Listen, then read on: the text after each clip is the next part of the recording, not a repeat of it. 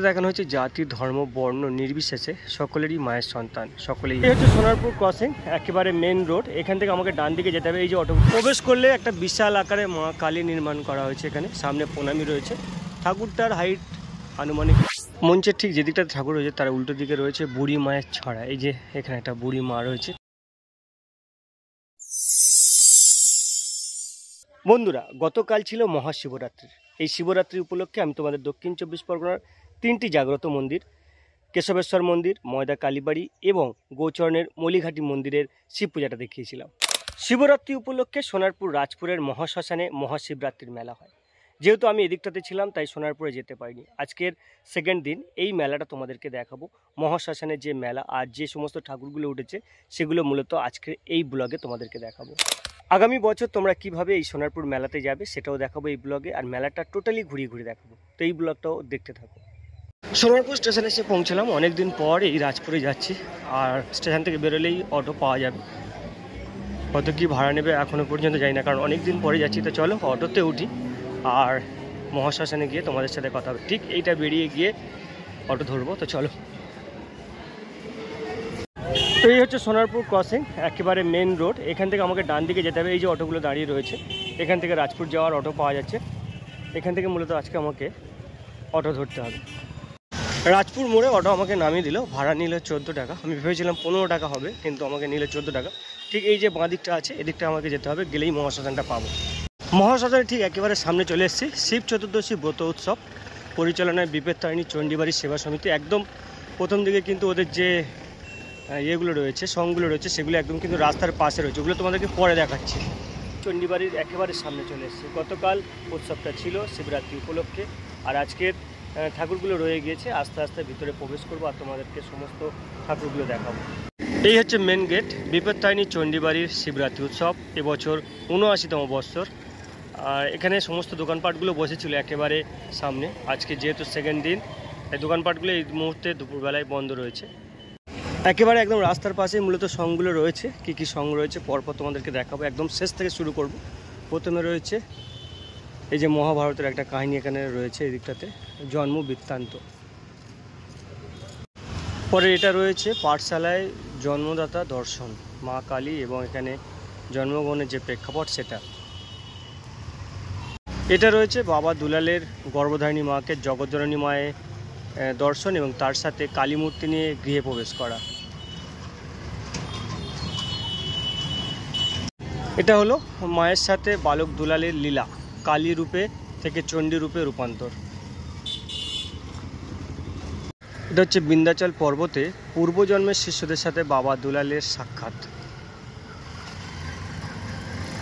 প্রবেশ করলে একটা বিশাল আকারে মা কালী নির্মাণ করা হয়েছে। এখানে সামনে প্রণামী রয়েছে। ঠাকুরটার হাইট আনুমানিক কিছু না অন্তত 20 ফুট হবে।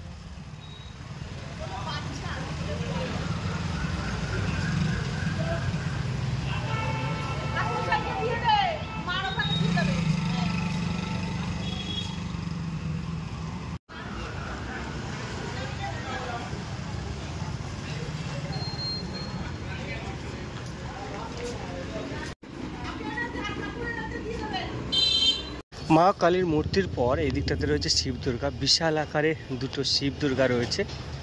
মা কালীও এখানে পূজিত হচ্ছেন। একদম দুপুর অনেকে আসছেন, যেহেতু কালে শিবরাত্রি হয়ে গিয়েছে। আজকে অনেকেও কিন্তু পূজা দেবেন।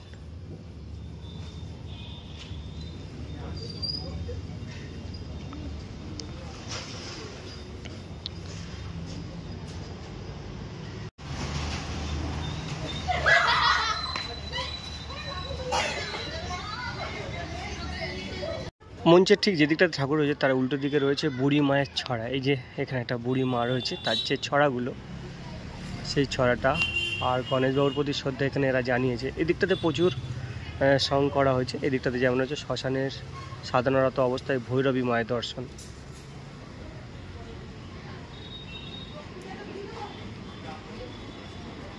এই দিকটা দেখানো হয়েছে শ্মশানের সাধনারত অবস্থায় শ্মশানেশ্বরী মায়ের দর্শন।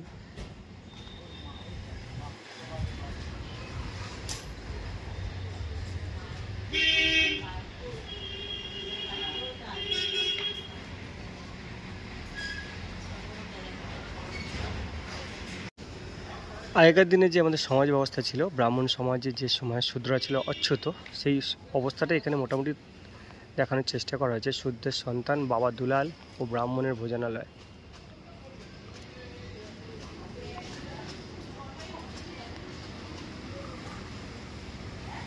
এটাতে দেখানো হয়েছে জাতি, ধর্ম, বর্ণ নির্বিশেষে সকলেরই মায়ের সন্তান, সকলেই এক।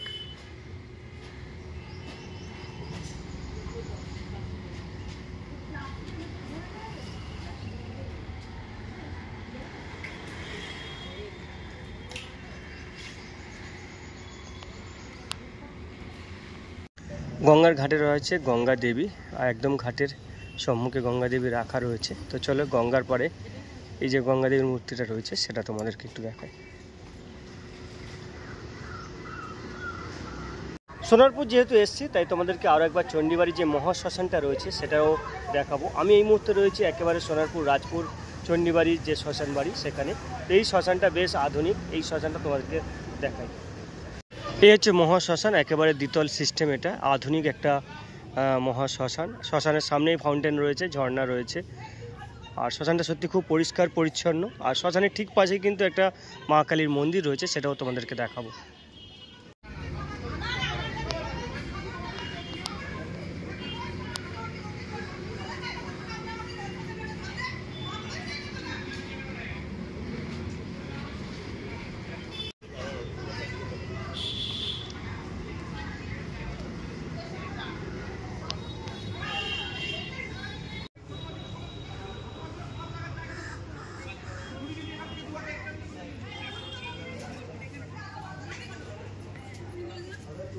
ঠিক শ্মশানের পিছনেই রয়েছে এই গঙ্গা, যে সব দাহ করার পর এই গঙ্গা থেকেই মোটামুটি বাকি ক্রিয়াকর্মগুলো করতে হয়। যদিও গঙ্গাটা বর্তমানে অনেক ছোট, পরিসরে অনেক ছোট। তো এটাই হচ্ছে এই শ্মশানের গঙ্গা।